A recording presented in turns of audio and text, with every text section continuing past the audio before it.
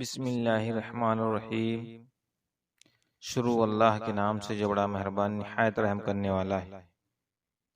السلام علیکم ناظرین، آج کی ویڈیو میں ہم اس وقت کے حالات بیان کریں گے جب رسول کریم صلی اللہ تعالی علیہ وسلم نے علی الاعلان فریضہ رسالت کا کام شروع کیا تھا۔ تو وہ کون سے اول دشمن تھے جو آپ کے مشن کے مقابلے میں آئے اور ان کا کیا انجام ہوا؟ پچھلی ویڈیو میں ہم نے غار ہیرا میں نازل ہونے والی پہلی وحی کے مکمل حالات بیان کیے تھے۔ اس کے بعد اللہ تعالیٰ کے حکم سے رسول کریم صلی اللہ تعالیٰ علیہ وسلم نے 3 سال تک خفیہ طور پر تبلیغ رسالت کا فریضہ انجام دیا۔ 3 سال کے بعد اللہ تعالیٰ نے آپ صلی اللہ تعالیٰ علیہ وسلم کو علی الاعلان مشرکین مکہ کو توحید اور اسلام کا پیغام پہنچانے کا حکم دیا۔ یہ حکم سورہ حجر کی آیت نمبر 94 اور 95 میں یوں بیان ہوا ہے: آپ کو جس چیز کا حکم ملا ہے اس کا واسکاف الفاظ میں اعلان کریں اور مشرکین کی پرواہ نہ کریں۔ آپ کے واسطے ان تمسخر کرنے والوں سے نپٹنے کے لیے یقیناً ہم کافی ہیں۔ اسی دوران سورہ مبارک سورہ کی ایک اور آیت جس میں یہ طریقہ بتایا ہے کہ ہم کہ کام کہاں سے شروع ہوگا۔ میرے حبیب، پہلے اپنے قریبی رشتہ داروں اور گھر والوں کو ڈراؤ، پہلے ان تک یہ پیغام پہنچاؤ اور اس کے بعد سارے مکہ تک پیغام کو پہنچانا۔ چنانچہ اسلامی تاریخ کا وہ مشہور واقعہ پیش آیا جس کا نام ہے دعوت العشرہ۔ چنانچہ رسول کریم صلی اللہ تعالیٰ علیہ وسلم نے حضرت علی علیہ السلام کو بلایا اور کہا کہ خاندان کے تمام بزرگوں اور جوانوں کو جا کر دعوت دو اور کل ہمیں دعوت کا انتظام کرنا ہے۔ حضرت علی علیہ السلام نے سوال کیا کہ دعوت کے لیے کیا سامان کیا جائے، کون سا سامان جمع کیا جائے؟ رسول کریم صلی اللہ علیہ وسلم نے حکم دیتے ہیں کہ 1 ران بھیڑ یا بکری کی، 1 پیالہ دودھ اور 1 سا یعنی تقریباً 3 کلو گندم کی روٹیاں، یہ سامان کل کی دعوت کے لیے تیار کرو۔ اور یہ دعوت حضرت ابو طالب کے گھر میں ہوئی۔ کچھ روایت کے مطابق یہ دعوت شب ابی طالب میں ہوئی تھی۔ اس دعوت میں خاندان بنو ہاشم کے 40 افراد شریک ہوئے تھے اور کچھ عورتیں بھی تھیں۔ ان سب کو صلی اللہ تعالیٰ علیہ وسلم کا پیغام ملا۔ حضرت علی نے قصداً سر انجام دیے، ایک ایک کر کے گھر میں جاتے، یہ پیغام پہنچاتے کہ اگلا دن آیا، وقت مقرر پر سب لوگ جمع ہوئے، اور جیسے ہی ابو لہب کی نگاہ کھانے کے سامان پر پڑی تو پہلے اعتراض اس نے یہی کیا تھا کہ کیا تم نے ہمیں دعوت کا نام دے کر یہاں بھوکا ماننے کے لیے بلایا ہے؟ یہ بکرے کی ایک ٹانگ تو ہم میں سے ہر ایک تنہا کھا جاتا ہے، اور 40 آدمیوں کے لیے ایک ٹانگ یہ کیسے ممکن ہے؟ رسول کریم نے کہا کہ ذرا صبر کرو اور انتظار کریں۔ تھوڑی دیر گزرتی ہے، حضرت علی علیہ السلام نے بکرے کی ایک ران کے ساتھ سالن تیار کیا۔ سالن کا پیالہ، دودھ کا پیالہ اور 3 کلو گندم کی روٹیاں لے کر رکھا گیا۔ رسول کریم نے فوراً کہا کہ بسم اللہ و قل اللہ کا نام لیجئے اور کھانا شروع کیجئے۔ ابو لہب کو خصوص اور باقی خاندان کے کچھ افراد کو یہ بات عمومی طور پر بہت ناگوار گزری۔ یہ کیا طریقہ ہے؟ کون سا نام لیا گیا ہے؟ نہ لات کا نام ماننا جاتا، عج کا نہ حبل کا، مگر کھانا سامنے آ چکا تھا، بھوک شدید تھی، اس لیے زیادہ کسی نے اعتراض نہ کیا اور کھانا شروع کیا، مگر اس انداز سے کہ پیغمبر اسلام نے پورے کھانے پر ہاتھ رکھا اور پھر اپنے خاندان والوں کے لیے اس کھانے کو پیش کیا، اور بالخصوص ابو لہب سے کہا کہ پیٹ بھر کے کھانا، کمی نہ رہنے پائے، تمہارے کھانے میں سے سب نے پیٹ بھر کے کھانا کھایا۔ اس کے بعد پیغمبر اسلام آگے بڑھے اور آخر میں پیغمبر نے اسی کھانے کو نوش فرمانا شروع کیا۔ ابو لہب یہ منظر دیکھ رہا تھا، انتہائی حیران ہو کر کہتا ہے کہ اے محمد، کیا تم نے کوئی جادو کر دیا ہے کہ اتنا قلیل کھانا، اتنا تھوڑا سا کھانا 40 آدمیوں نے پیٹ بھر کے کھا لیا، اور اس کے باوجود اتنا بچ گیا کہ تم بھی اسی کھانے کو استعمال کر رہے ہو؟ پھر پیغمبر اسلام کھانا ختم کر کے اس محفل کے برخاست ہونے کا اعلان کر دیتے ہیں۔ حیران اور پریشان یہ لوگ چلے گئے اور بلایا کیوں گیا تھا، واپس کیوں بھیجا جا رہا ہے؟ مگر جب حضرت علی علیہ السلام نے یہ سوال کیا تو پیغمبر اسلام نے جواب دیا، کیونکہ میری بات سننے سے پہلے ہی اس نے جادو کا لفظ استعمال کر دیا تھا، اس لیے اب اس کے بعد رسالت کا پیغام پہنچانا مناسب نہ تھا۔ کل میں اس پر سبق کروں گا، اس سے پہلے کہ وہ کوئی بات کہے میں اپنے پیغام کو پیش کروں گا۔ جاؤ، علی علیہ السلام ایک مرتبہ پھر کل کے لیے سب کو دعوت دو۔ اگلے دن پھر یہ دعوت دی گئی۔ اگلے دن بھی معمول کے مطابق یہی 3 چیزیں آئیں۔ بسم اللہ کلو کہہ کر پیغمبر اسلام نے کھانا سب کے سامنے پیش کیا، سب نے کھانا کھایا۔ کل حیرت زیادہ تھی، آج حیرت کم ہوئی ہے، اس لیے آج ابو لہب نے وہ جملہ نہیں دہرایا۔ کھانا ختم ہوا، اس سے پہلے کہ ابو لہب کچھ کہے، نبی کریم صلی اللہ علیہ وسلم اپنے مقام پر بلند ہوئے اور اعلان کیا کہ اے نبی، اے بنی عبد المطلب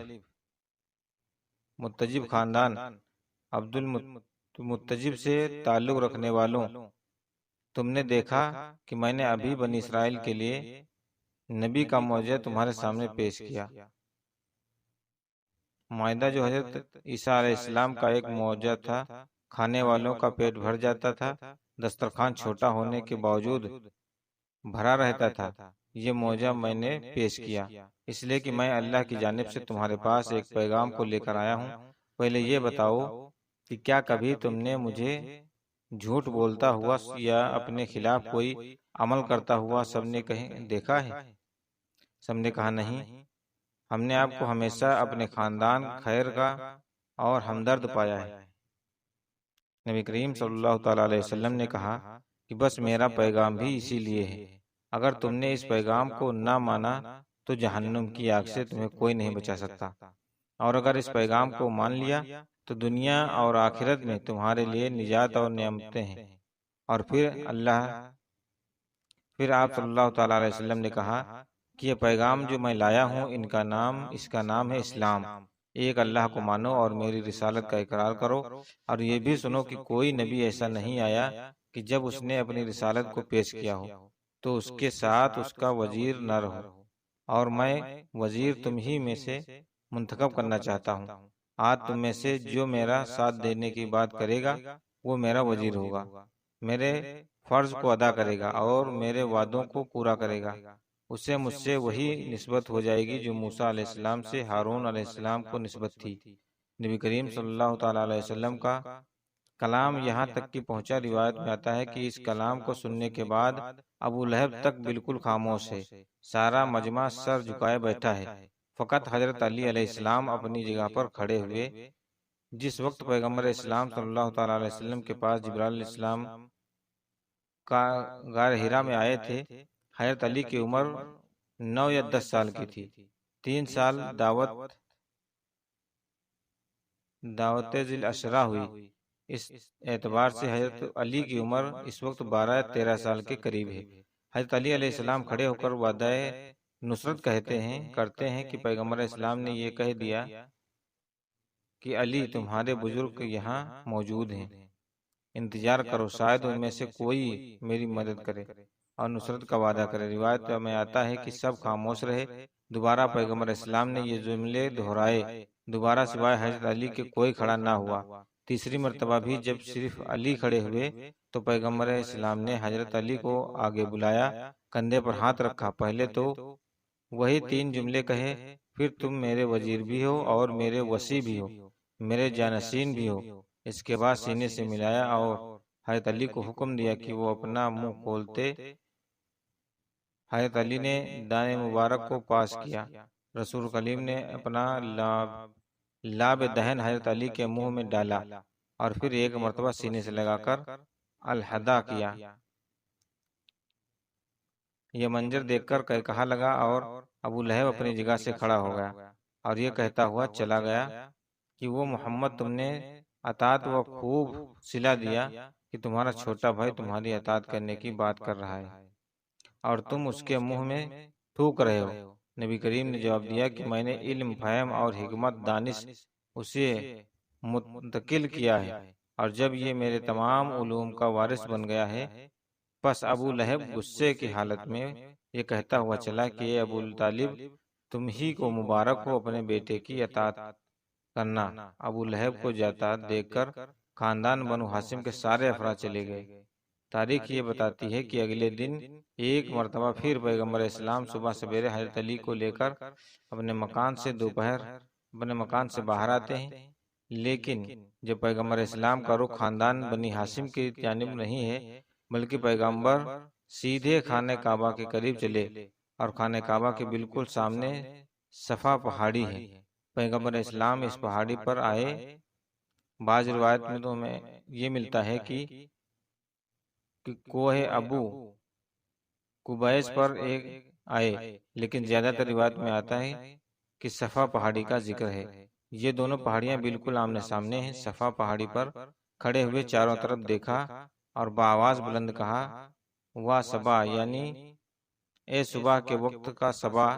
ہاں، 3 مرتبہ یہ آواز دی۔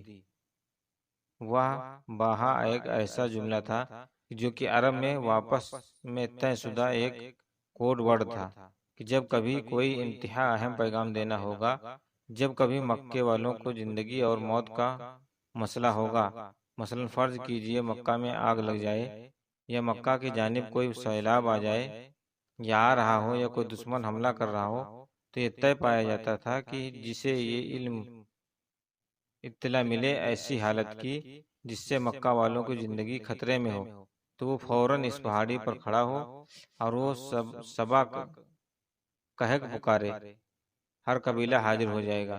جیسا کہ جب ابرہہ نے مکہ پر حملہ کیا تھا، تب بھی واس بہا کی آواز اس پہاڑی سے لگائی گئی تھی۔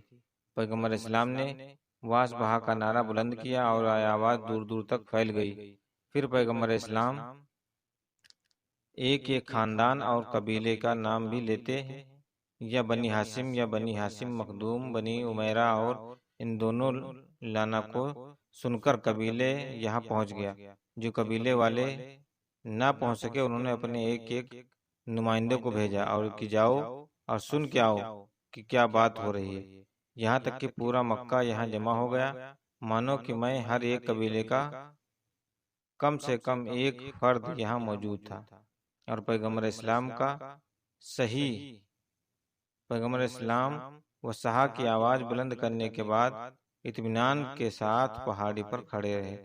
جب سب کے سب جمع ہو گئے اور کسی نے سوال کیا کہ محمد ہمیں کس لیے بلایا ہے، پیغمبر اسلام نے پہلا سوال یہ کیا کہ یہ بتاؤ کہ تم میرے کلام پر شک کرتے ہو؟ اگر میں کوئی بات کہوں تو کیا تم اس کے مانو گے یا اسے جھوٹ سمجھ کر؟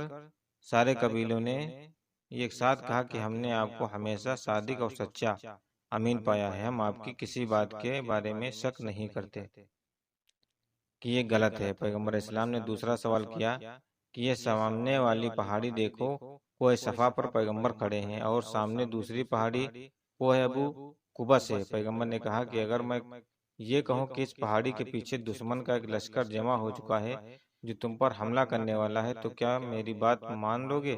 سب نے کہا بے شک ہم آپ کی بات مانیں گے۔ یقین کریں کہ تیسرا سوال پیغمبر اسلام نے کیا کہ آخر یہ بات کیوں مانو گے؟ اس لیے کہ ہم نے آج تک آپ کی زبان سے کوئی غلط بات نہیں سنی۔ سب سے طرح کروانے کے بعد پیغمبر اسلام نے کہا کہ سنو، میں تمہیں یہ اطلاع دینے کے لیے آیا ہوں کہ جس راستے پر تم جا رہے ہو اس راستے میں تمہارا انجام تباہی ہے۔ تم نے ایک خدا یعنی اللہ تعالیٰ کو چھوڑ کر اپنے سینکڑوں دشمن اور سینکڑوں خدا بنا لیے ہیں، جس کے نتیجے تم جہنم میں داخل ہو جاؤ گے۔ محترم بزرگوں اور دوستوں، یہ تھی آج کی ویڈیو کیسی لگی پلیز کمنٹ میں ضرور بتائیے گا، اور اگر ابھی تک ہمارے چینل پر نئے ہیں تو پلیز چینل کو سبسکرائب کیجیے گا۔ ملتے ہیں اگلی ویڈیو میں، تب تک کے لیے اللہ حافظ۔